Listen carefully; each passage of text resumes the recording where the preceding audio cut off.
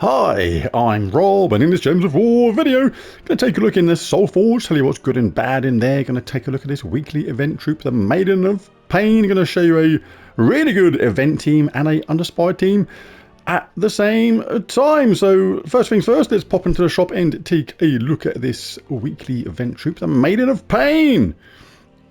Crikey, if she fell on top of you, you'd know all about it, wouldn't you? What is that handlebar things attached to her? What's it?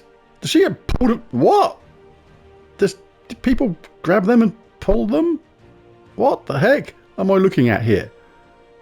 What's she wearing on her head? Looks like she can headbutt you into oblivion, impale you on her face, and then jump off a cliff and dive like a bat wing thing. Oh my goodness, I have no idea what I'm looking at there. Anyway, let's take a look at what she does, because I can't imagine what she does. Demonic manacles.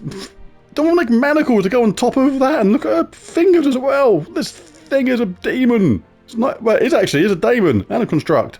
Yeah, someone constructed that with a wild imagination. Anyway, I'm going off on a tangent here already. Deal magic +3 damage to an enemy. If they are bleeding, deal double damage and inflict 2 stacks of bleed to them. Right, so damage with a boost if they're already bleeding. Should get to cast it twice. You'll do a lot of pain indeed. And yeah, I'm sure they will be bleeding. Flipping egg. Bleeding egg. Anyway, all enemies lose 2 random skill points. 10% chance to create a cursed gem when my turn begins. And reduce damage from skulls by 50%. So, yeah, not too bad. Not brilliant, but 5 out of 10 for you. I'll give her a little bit more because I don't want her to fall on top of me. Anyway, as usual, make sure you get that up to mythic level if you can. Always good to do that. If not, just grab one to add it to your roster. Right, so anyway, did you hear that the man who invented throat lozenges, he died last week? But there was no coffin at his funeral. Do you see? Right. Oh, I need a sip of my tea after that. Right. Delicious. Right, let's take a look at the weapons first. As usual, I'm not going to go over all the ones that are here on a regular basis. They're in my Soulforge extra video. There'll be a link to that in the description below. Just going to look at the ones that are here new for this week. So first up is Doomed Crossbow. Magic +3 damage to all enemies with a +1 per temporary level boost. So the higher you have this tempered, the more damage it's going to do. Transform blue gems to doom skulls. If the enemy has a doom, create 5 more and gain 3 mana for each red enemy. So a lot going on with this to get the most out of it. I do like these kind of weapons. I like the damage to all, but the transform blue gems to doom skulls is kind of good and bad at the same time. It's good because basically you can wait for a 4 match on that and then know you're going to get an extra turn and do a whole bunch of damage at the same time. The bad thing about that is if the gems aren't going your way, even if you're ready to cast, you can't actually cast this sometimes because you'd be setting the enemy up for skull hits and things like that, which quite often you do not want. So good and bad, mostly more good, but you can't just cast it whenever you feel like it. You have to cast it when the board is ready, if you know what I mean. And if the enemy has a doom, create 5 more and then gain 3 mana for each red enemy. So against an all red team, you'll get 3 mana back for each red enemy at the same time. So pretty good. Just you've got to be wary of it. You can't just cast it whenever you like. Jack-o'-lantern. Inflict 1 to 4 status effects on an enemy and explode 4 gems of their colour. So the status effects, it can be good. This is actually better than what it sounds. Gets mana gen back at the same time from the gem explosion. And obviously if the status effects are something annoying, like a death mark and they have to die straight away, then it's very good. So yeah, can surprise people, that one. Scythe McScytheface. Choose a colour and explode 4 gems of that colour. Deal magic +1 damage to all enemies of that colour. So if somebody's got a team where they're sharing the same colour throughout, it can be very good for that as a damage to all weapon. So yeah, Scythe McScytheface. Pretty good in the right situation. Sickle of Sin. Deal magic based damage to all... No, start again. Deal magic based damage to an enemy boosted by Sin of Mirage allies. Then create a mix of 6 red and purple gems for each Sin of Mirage ally. So damage, which is pretty good, boosted by Sin of Mirage allies. So you need a whole team of Sin of Mirage allies to make the most of this. And then create a mix of 6 red and purple gems for each Sin of Mirage ally. So it creates red and purple, but it uses blue and green itself. So make sure at least a couple of those other Sin of Mirage allies even, use red and or purple. Crikey, I'll get my words out in a minute. Scythe of Sin. Remove all red gems. Deal magic-based damage to an enemy boosted by gems removed. If the enemy is from Sin of Mirage. If the battle is in Sin of Mirage, deal double damage. So this is the kind of anti-Sin of Mirage weapon in a way. Red is the colour they tend to like the most. So by taking them away, you technically, in theory, most of the time, make it harder for the enemy team to collect mana. And it's one of the cheapo weapons as well, a mere 75 diamonds. Very good for getting yet another weapon from a certain kingdom, which can help your game in the long run. Keystone, gain a barrier. Give a magic-based life to an ally, then cleanse and enchant them. So, good defensive weapon, this one. Barrier is good. Extra life is good. Cleansing them is good. And enchanting them is good, because it's all good. Literally all good. I'm not sure many people use it, but on paper, it's kind of good. But there are better weapons. It's not essential. It's one of those, just collect them just because weapons in a way and see if you ever find a use for it. Doomed Magi. Create 4 brown gems, +1 per, with a +1 gem per tempering level boost. It's one of those things which on the lowest level is completely useless regarding the creation of brown gems, but on the highest level it's actually really, really good. So rubbish without tempering, brilliant with tempering. So make sure you've got enough tempering levels to get it to +10. Then give a magic +1 armor to all purple allies. If the enemy has a doom, eliminate all armor from a random enemy. So it only gives armor to all purple allies. It does use purple itself, but you must have an all purple team obviously to make the most of it.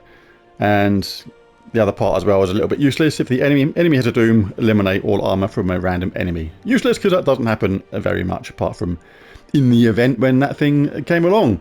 So yes, so good for creation of brown, but obviously it uses purple itself. So you got to make sure you got another purple mana using troop in your team. It's really good that you want to get a lot of brown for.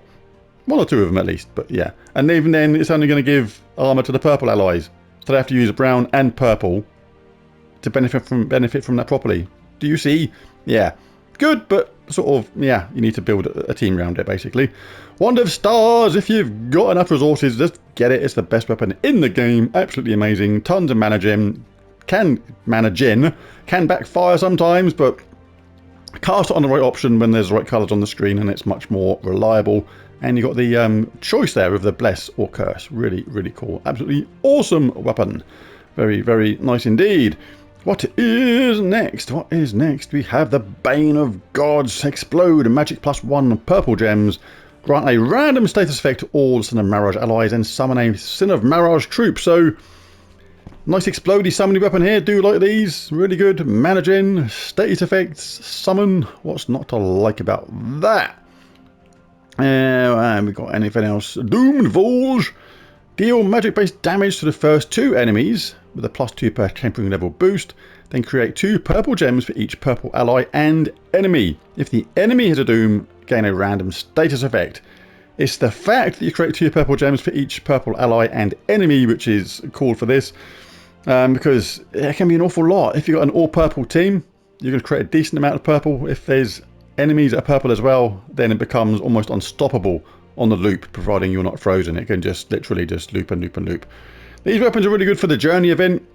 I usually base my journey team around these weapons because the key to journey is to basically loop as much as possible and to get maximum miles. And these weapons are pretty much the best ones in the game for that at the moment. So yeah, absolutely awesome stuff.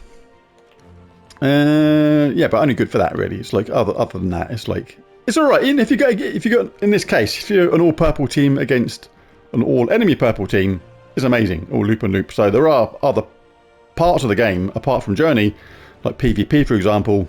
If you're restricted to purple or something, then this would be absolutely awesome for that as well. And the kind of weapon that the AI can't really mess up either. Like if you got a purple restriction on, say, PvP, and you know it's going to be all purple against all purple, this is a really good weapon to stick in to your team on defense, because stick it in first place and the AI can't really mess it up, which is the key to PvP sometimes on the AI side of things, not having the AI just be able to make a bad decision. Have we got anything else? No, that is our lot. Right, let's take a look at the troops now, see what we got. As ever, go through all these summoning stones ones, see if there's anybody there which is really good. You're looking for empowered troops, looking for goblins, and anybody that is known to be like really, really good. Leshy's good. I do like Leshy. Only 8 mana cost. Entangle all allies and enemies and destroy all green gems with full effect as if they were matched. Really, really good, especially against skull-based teams for obvious reasons. So yeah, very nice indeed. Right, so let us start at the bottom and work our way up. Again, I'm not going to go over all the troops that are here on a regular basis. They're in my Soulforge extra video. Maelstrom Dagonoth. Got to go over this guy in a team soon. I've got to show a video on this. This is probably my favourite boss in the team, in the game. I think I prefer it more than Sithavask and Zul'Goth, and that's saying something. Could be a playstyle choice, but I'll explain why in the video and what I think about it. It is Rob Slayer live on Wednesday, so join me and Ben for that. Guild Wars style battles live on camera, usually at least an hour, sometimes 2. A lot of fun. Ben gives me a team. I have to battle against it with massive restrictions, and it's, yeah, all on camera live. So Wednesday, 2 PM GMT, or British Summer Time, whatever it is right now. I think it's BST, isn't it? Yeah, so 2 PM UK time. That makes it less complicated. Anyway, right, what am I doing? Mythics first, and it turns out it's going to be actually the Cosmic Dragon first. So Larithus is the dragon on rotation in the Soulforge.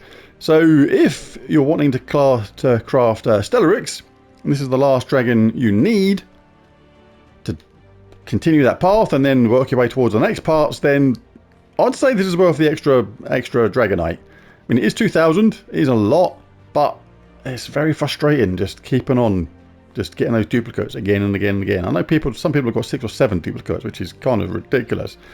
And at least this way it's guaranteed, but it is each to their own. But me, I would rather guarantee it for the extra Dragonite and end that duplicate frustration myself. But you may get lucky and just get it anyway on a normal egg. Player's choice, but like I say, I know what I'd rather do. Right, first, Mythic, King of Ravens.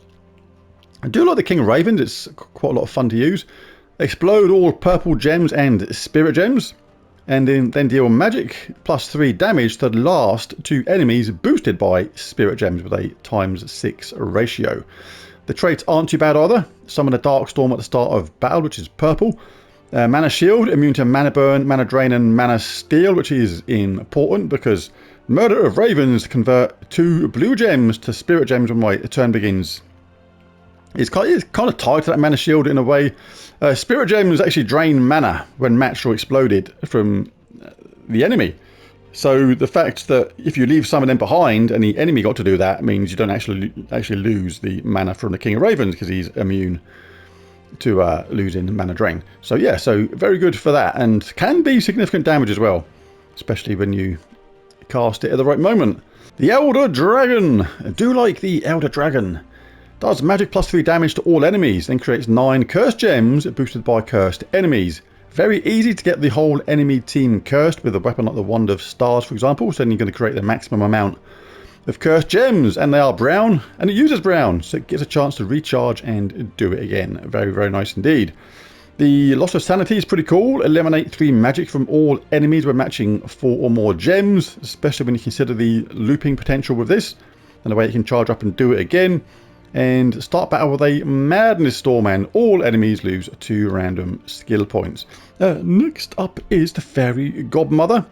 Gain an extra turn and either create 2 to 3 wish gems, excuse me, or deal magic +1 damage to all enemies boosted by wish gems, or give magic +1 life to all other allies boosted by wish gems, and a 50% chance to convert a yellow gem to a wish gem when my turn begins. Reduce damage from spells even by 25%, and all goblins gain 2 life. Other traits. So a goblin there, very nice indeed in the right situations, and Zipper, he's rubbish. Deal magic-based damage to an enemy, boosted by purple gems. If there's a storm, deal double damage. If the enemy dies, create 12 skulls. And deal 12 damage to a random enemy by matching yellow gems. It doesn't use yellow gems. So that's a bit weird in itself. Don't know if there's another yellow troop that is kind of technically tied to that, which makes that relevant. Because the damage is alright to a random enemy when matching yellow, but you don't collect yellow for it. So yeah, it is what it is. But it does have undying, and it does inflict death mark when doing skull damage, but no reduction from skull damage up front. And my throat is going a bit weird. Can you hear that? I don't know if you can, but yeah, it's gone a bit ganky. Got a weird, not cold, but something, got that ganky thing with your throat where you get ganked up now and again quite easy. Ganked up means like, you know, thickening of mucus and crap in your throat, things like that. Don't know if ganked is a English term which other people don't understand, but yeah, it's ganky. Ganky, planky, flanky, spanky. No, not spanky. Who knows? Right. Right, so yeah. Other reasons why it's not good, apart from doing the damage to an enemy when matching gems colours it doesn't use, you have to get the most out of it, you obviously have to cast it when you know you're going to kill someone. And you obviously have to have a storm running to get that double damage. And if the enemy dies, create 12 skulls. That's the benefit of that, but the 12 skulls can appear and set the enemy up as well. So kind of good and bad all rolled into one, but not my favourite mythic at all. I don't think I've ever actually used it in a team. It's just not something which appeals to me.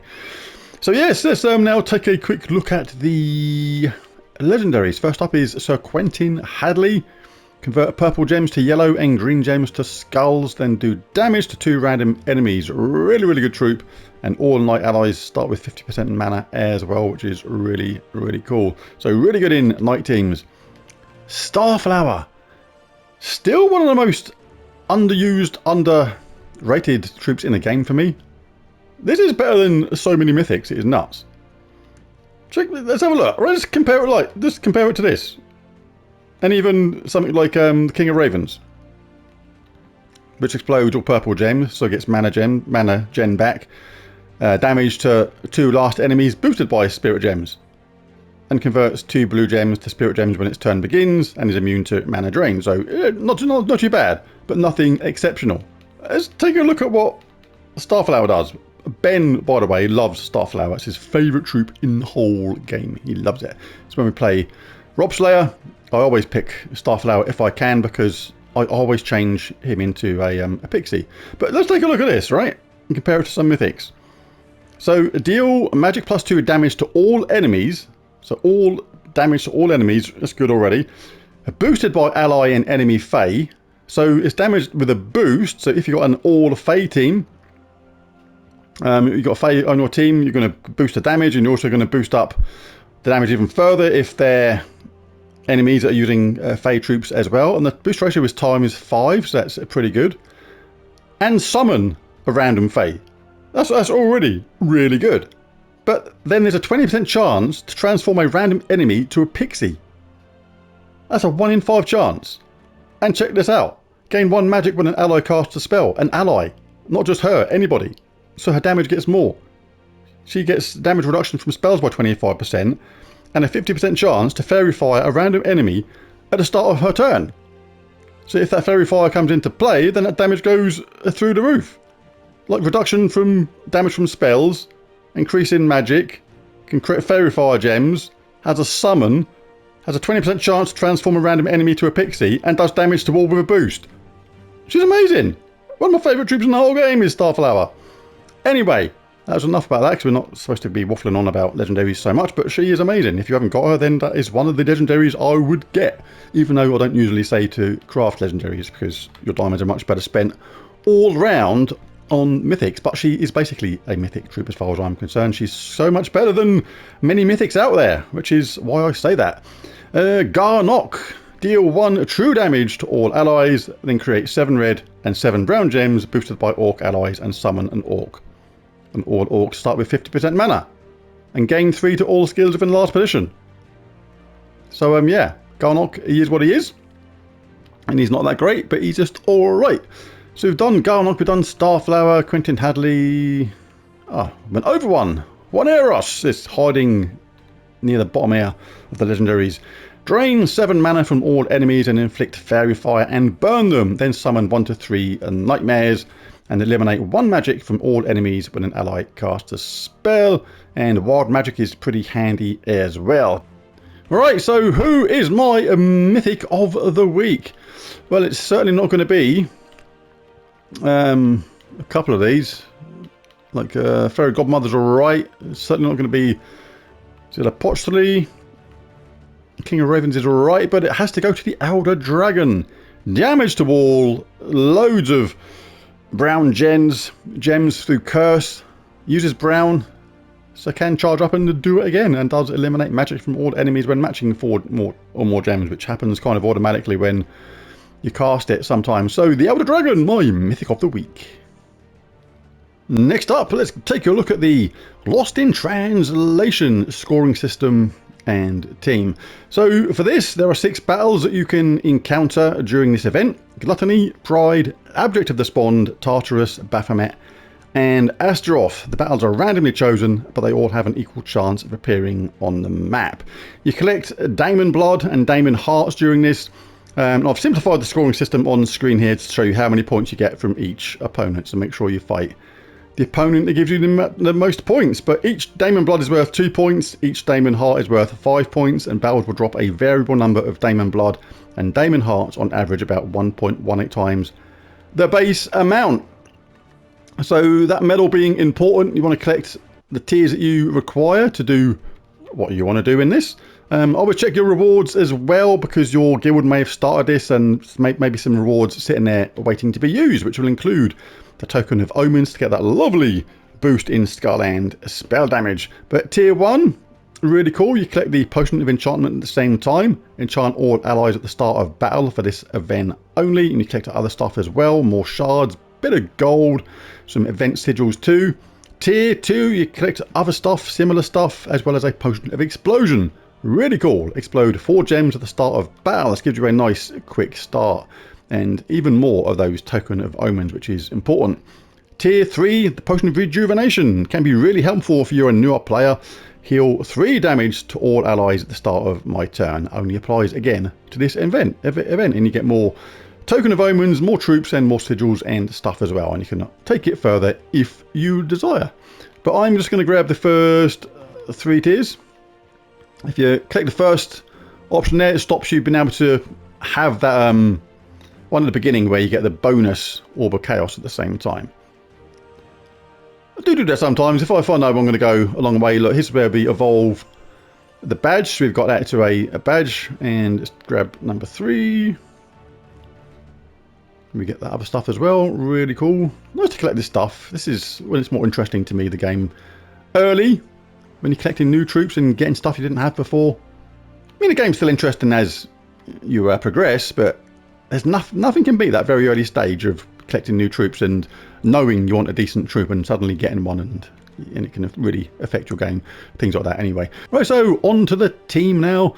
Wand of Stars and 3 times Ferocity will be really, really good for this. If you don't have Wand of Stars, anything that generates mana, even if it's a explodey summoning weapon, that'll work really well. But maybe you want to swap these 2 around for that, because one of the benefits of Ferocity is it has 50% skull reduction, which is really cool, and does double skull damage versus red enemies, and give 4 to all skills on all Tauros allies when matching 4 or more gems. Is the icing on a very nice cake. So with 3 of these, that becomes 12 to all skills, which is absolutely nuts. Does damage to an enemy based on your magic, and a random enemy boosted by his life, attack and armor. If they use red, deal double damage. So not only is something like Wand of Stars going to charge this team up really quick, it's going to make 4 matches galore. Every time we do that, we get massive boosts on our whole team. And when we dish out the damage, it is dished out in extreme measures. So really cool for this. +2 red banner is fine for this. Want to be in a Shaman class, a nice Tauros class. Going to start with a 50% mana start. Remember, with that Potion of Enchantment as well, and the Explosion, we're going to be charged in literally no time at all. Really, really cool. The talent trees, we can have A bit of ferocity, gain 4 attack, why not?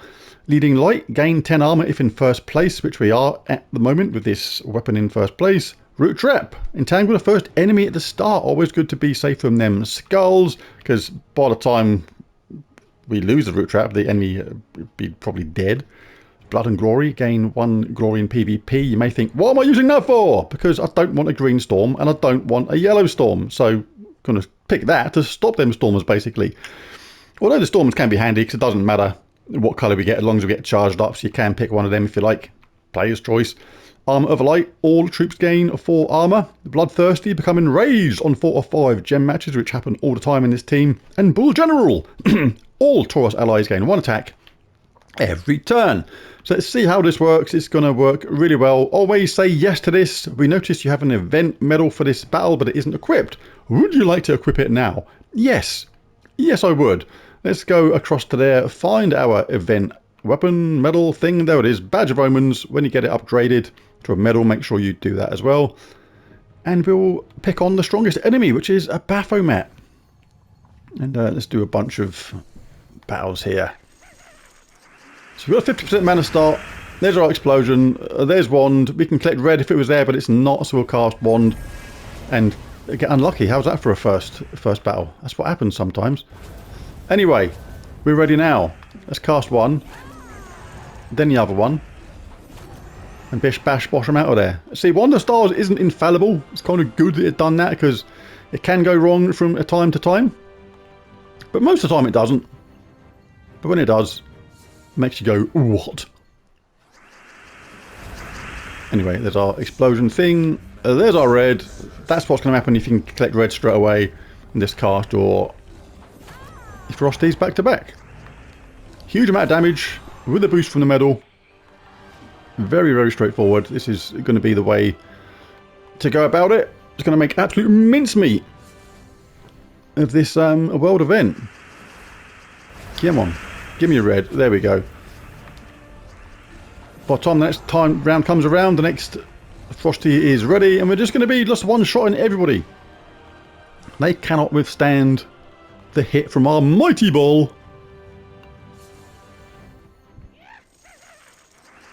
Here's our explosion. Grab some red. You don't have to cast Wand of Stars when there's some red there to grab. Just cast Frosty straight away. Let's have a battle with this tart. Urus. Then we'll jump forward a bit.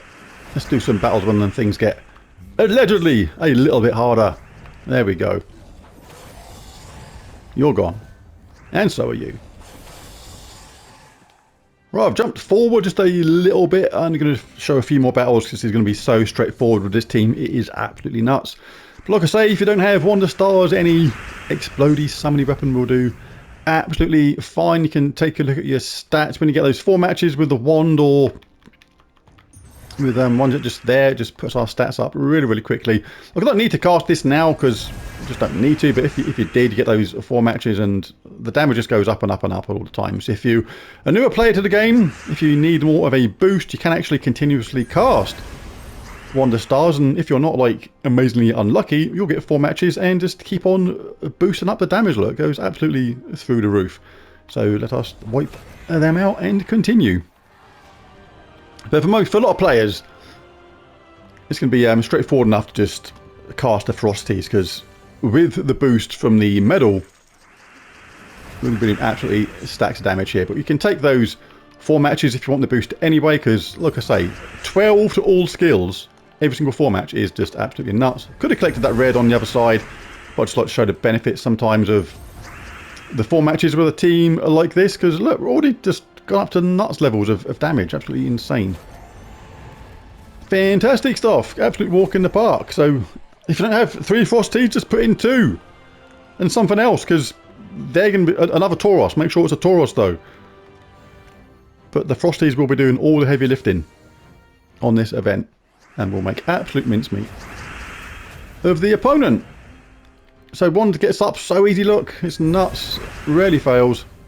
When we're ready, just cast and job done. So I'm going to leave it there for the world event, because I don't think this needs to be any more. It's going to be super, super straightforward, even more straightforward than ones with Tesla a lot of the time. Because Frosty in this sort of team is just absolutely amazing.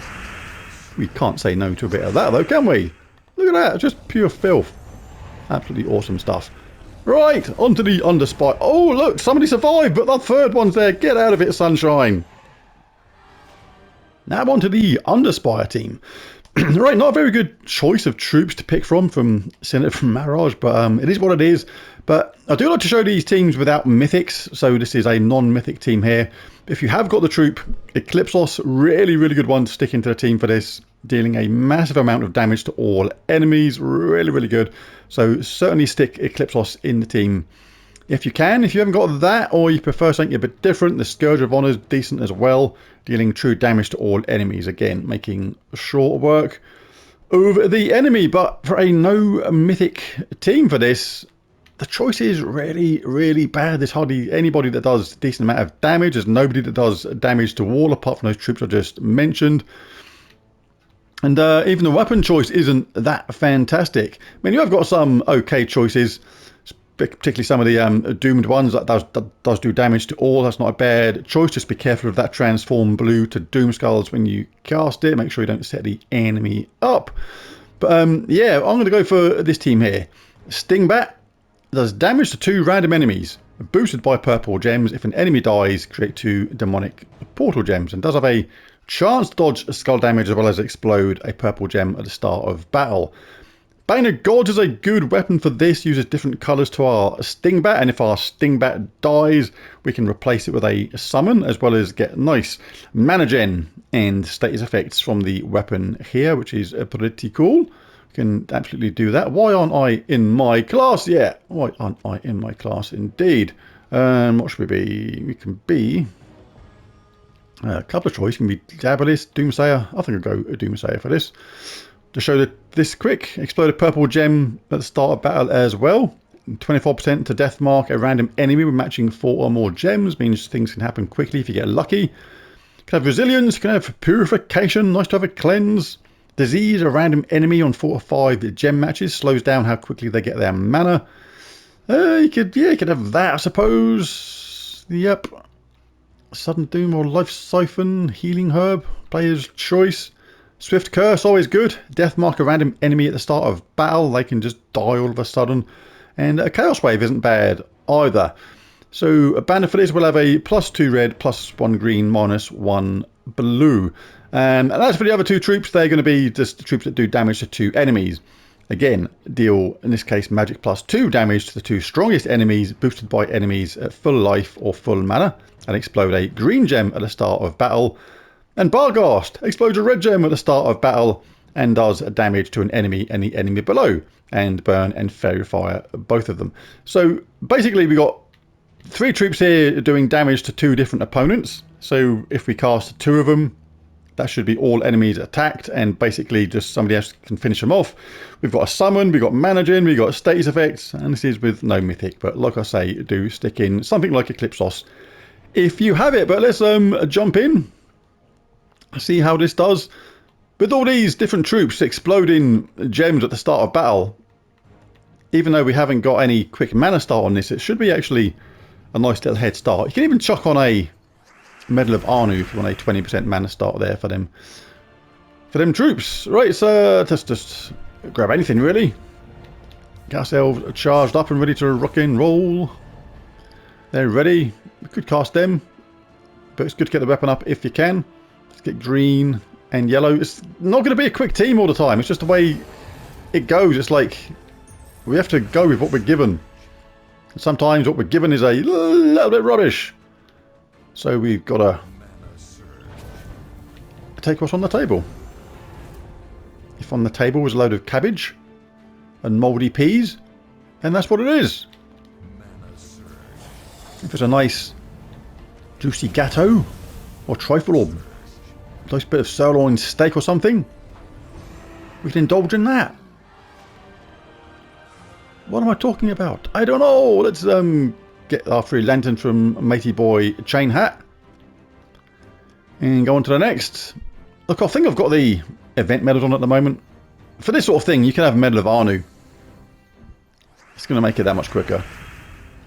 But get the weapon charged up if you can. That's going to give you a nice quick mana. We'll take a skull hit if it's there though. Thank you very much. It's cast that weapon. That's going to charge up troops. Bash them out of the way. Any sort of skull hit, any other charge on one of our troops will get the job. Oh, excuse me, done. It's already been a bit weird on the colours. Not giving me the stuff that I want. Oi, stop being annoying. It's one of those ones, it's not going to be a very enjoyable Underspire, I don't think, unless you've got Eclipsos or the Scourge of Honour. It's going to be slow going on the team a lot of the time. I mean, you could use that doomed weapon that does the damage to all. It's another okay way to go about it. But that was alright. We'll have a little bit of that, why not? See if we get lucky with a skull drop afterwards, maybe. But we've got the mana gen to wipe out the bat. That will do. Well, let's do a couple more and we'll call the video a day. Video, you are a day. Let's get some of that in red. There's a 4-match down there, might as well get it. Get it, got it, got it. Any green? Yes. I could have got red for the weapon. And let's cast that, get those other troops charged up, because obviously the red does mana block the other one, so you can get everybody charged up at once, save yourself a bit of time. And we'll make this the last battle. And video, you're officially a day. Bit green there, why not? No green or yellow. Oh, we got a little bit of green there, we'll take that. And a bit of yellow there, why not? Not too much of our colours to explode there, but it is what it is. As we'll take a couple of skull hits if they're there, because then the last two, or these that attack two enemies, can wipe them out in the early stages. And that will do, that's the video. So, yeah, not so much fun on the Underspire team for this, unless you have Eclipsos or the Scourge of Honour. But it is what it is. There's the video. If you enjoyed it, it'd be really cool if you bash that like and subscribe button. It really does help. But most of all, thanks for watching, and I'll catch you again in the next one. Bye for now.